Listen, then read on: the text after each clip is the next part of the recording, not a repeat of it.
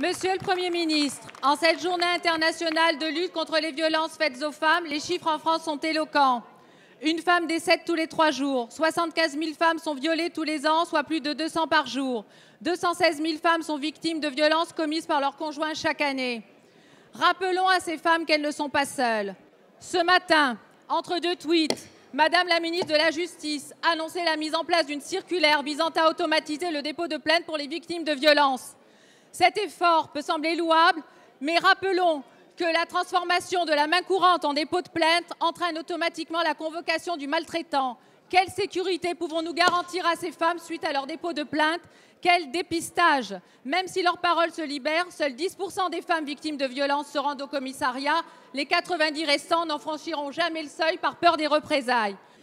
Nous étions ce matin avec Christiane Taubira, Bernard Cazeneuve, Pascal Boitard pour la signature d'une convention en Île-de-France qui décline une position, une politique qui est mise en œuvre partout sur le territoire national. Que s'agit-il de faire?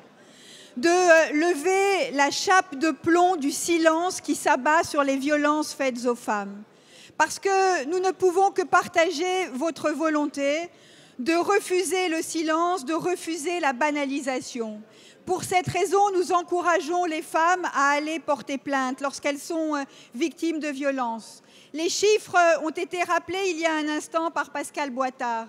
Une femme meurt tous les 3 jours sous les coups de son compagnon ou de son conjoint. Nous devons donc faire en sorte que ces femmes portent plainte.